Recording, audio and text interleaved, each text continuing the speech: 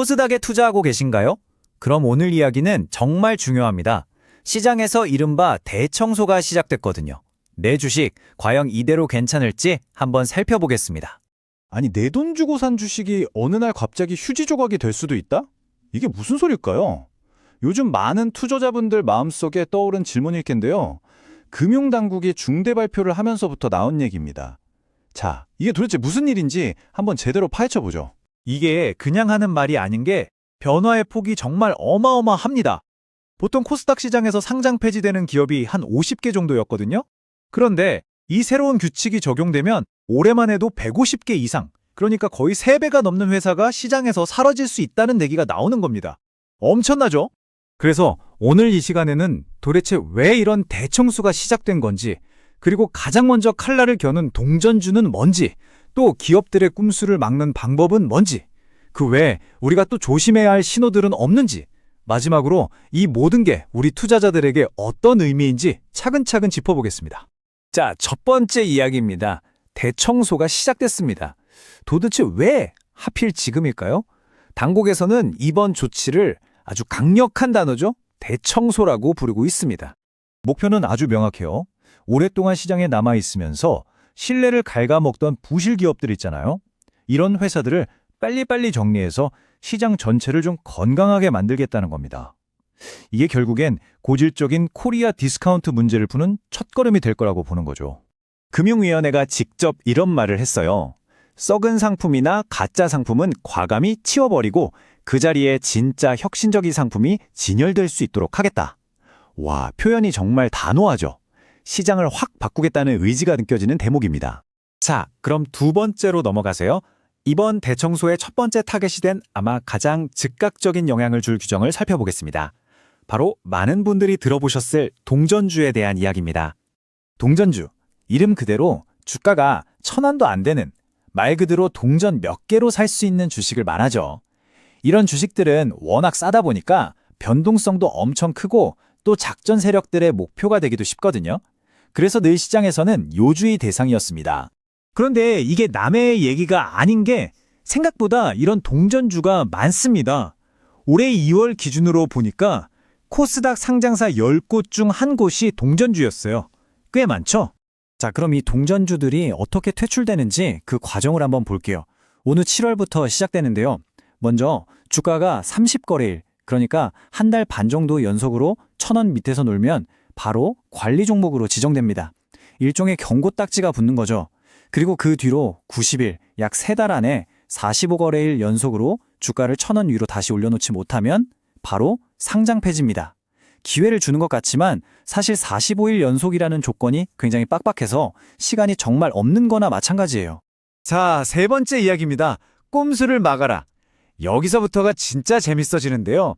금융당국이 그냥 동전주 퇴출 이렇게 선언만 한 게 아니에요.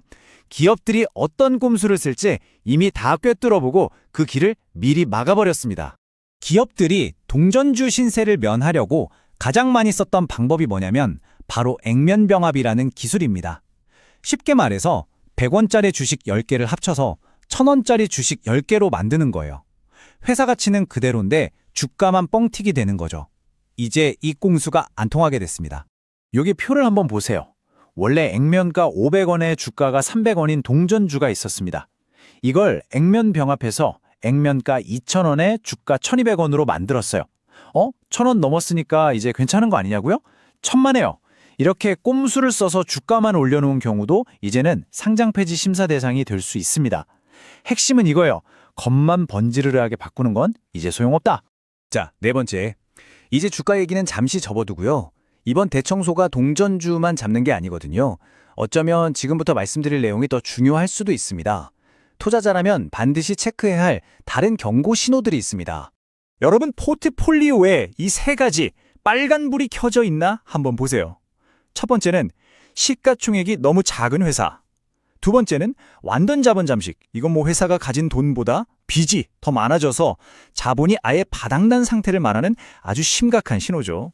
마지막 세 번째는 공시 위반. 그러니까 투자자들한테 알려줘야 할 중요한 정보를 자꾸 숨기거나 어기는 회사들입니다. 특히 이 시가총액 기준이요. 원래 계획보다 훨씬 더 빠르고 빡세게 올라갑니다. 당장 내년 초가 되면 최소 300억 원은 넘겨야 시장에 남아있을 수 있다는 거예요. 시간이 별로 없습니다. 게다가 한번 경고를 받은 회사가 다시 살아나기도 훨씬 어려워졌어요. 예전에는요, 90일 안에 총 31일만 기준을 넘기면 됐어요. 중간에 며칠 빠져도 괜찮았죠. 그런데 이제는 무조건 45일을 연속으로 기준을 넘겨야 합니다.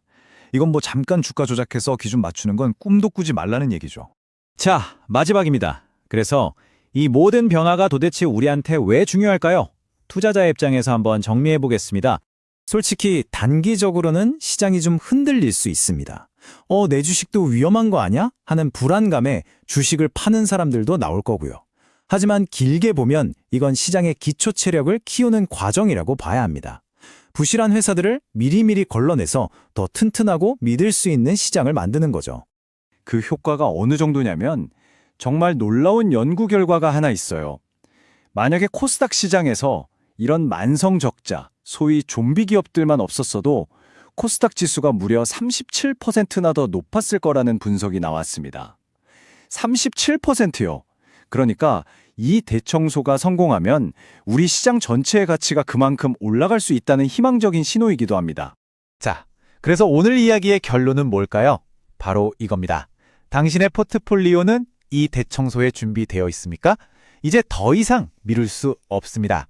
당장 오늘 여러분이 가진 종목들을 이 새롭고 엄격한 잣대로 다시 한번 꼼꼼하게 점검해 보셔야 합니다. 시장의 대청소는 이미 카운트다운에 들어갔습니다. 이 거대한 변화 속에서 살아남고 또 새로운 기회를 잡는 건 미리 준비하는 투자자의 몫이 될 겁니다.